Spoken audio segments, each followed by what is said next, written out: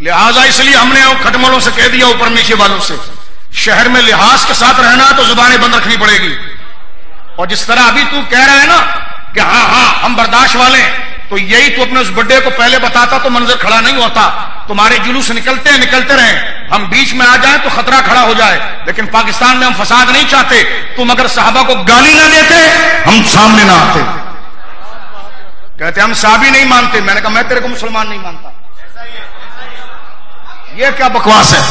کیا آپ صحابی نہیں مانتے؟ وہ تیرے کہنے کے محتاج ہے. تو اہل بیت کا نام لے کر تم نے اہل بیت کو مارا ہے. امام حسین کو تم نے مارا، امام حسن کو تم نے مارا، آج تک ان کے پورے نظام کو تم نے برباد کیا. تو توجہ کیجیے میرے دوستوں بزرگوں، اگر تم صحابی نہیں مانتے ان شخصیت کو تو کیا نہیں مانتے تو کیا گالی دیں گے؟ میں تیرے مولوی کو نہیں مانتا تو آج تیری ماں بہن شروع کروں، میں کر سکتا ہوں؟ یہ کوئی طریقہ ہے؟ کہ لگے کیوں گالی دے؟ میں نے کہا اس لیے کہ میں تجھے مانتا نہیں. تو نہیں مانتا تو گالی دیں گے آپ؟ غور کر رہے ہو؟ اور یہ سنی نوجوان پہلوان اور یہ جن کی ماؤں نے وفا کے دودھ پلائیں، یہ بغیرتوں کی طرح بیٹھے رہیں گے کہ صحابہ کو گالی دی جائے، یہ جوان بیٹھے رہیں گے؟ یہ جوان پہلے انتظامیہ سے کہیں گے ان کو سنبھالیے. نہیں سنبھالتے تو انشاءاللہ علاج کرنا سنی کو آتا ہے. الحمدللہ ہم مظلوم ہیں، ہم پر ظلم کیا گیا. کیا ہمیں صدا لگانے کی بھی آواز نہیں؟ کہ اپنا زخم بتانے کی بھی آواز نہیں؟ اپنا درد بیان کرنے کی بھی آواز نہیں؟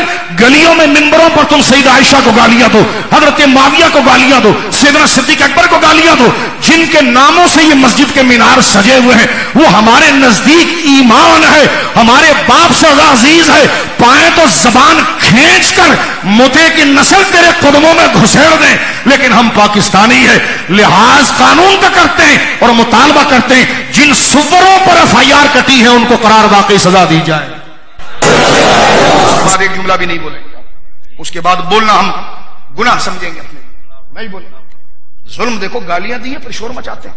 گالیاں بھی دی صحابہ کو، توجہ ہے، گالیاں بھی دی. اور ایک وہ ان کا کالا ہے، ببول کے کاٹے جیسا منہ ہے اس کا. میں گاڑی میں سفر کرنا ہوں، میں نے کہا تم کچھ نہیں اکھاڑ سکتے ہمارا، تم کیا کر سکتے ہو؟ کچھ نہیں کر سکتے ہو. ہمارا ایمان ہے صحابہ اور اہل بیت.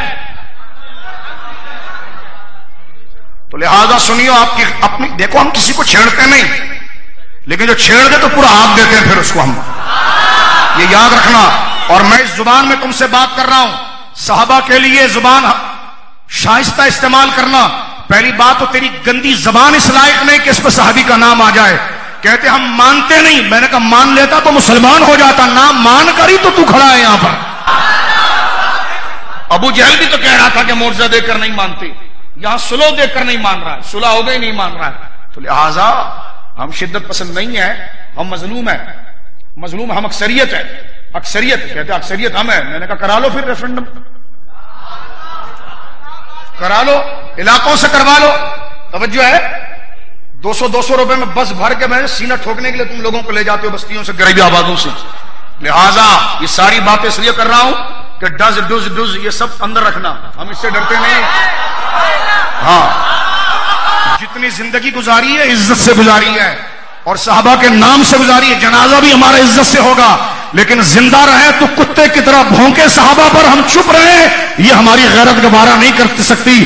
یا تجھے ختم کر دیں گے یا پھر ایک سے واقع دو.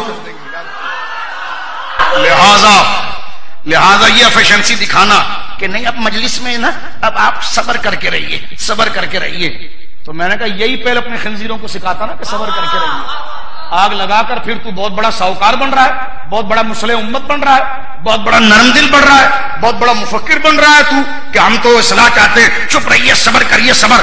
اب ایک کھٹمل صبر تو نہیں، صبر ہم نے کیا ہے، ہم نے کیا ہے.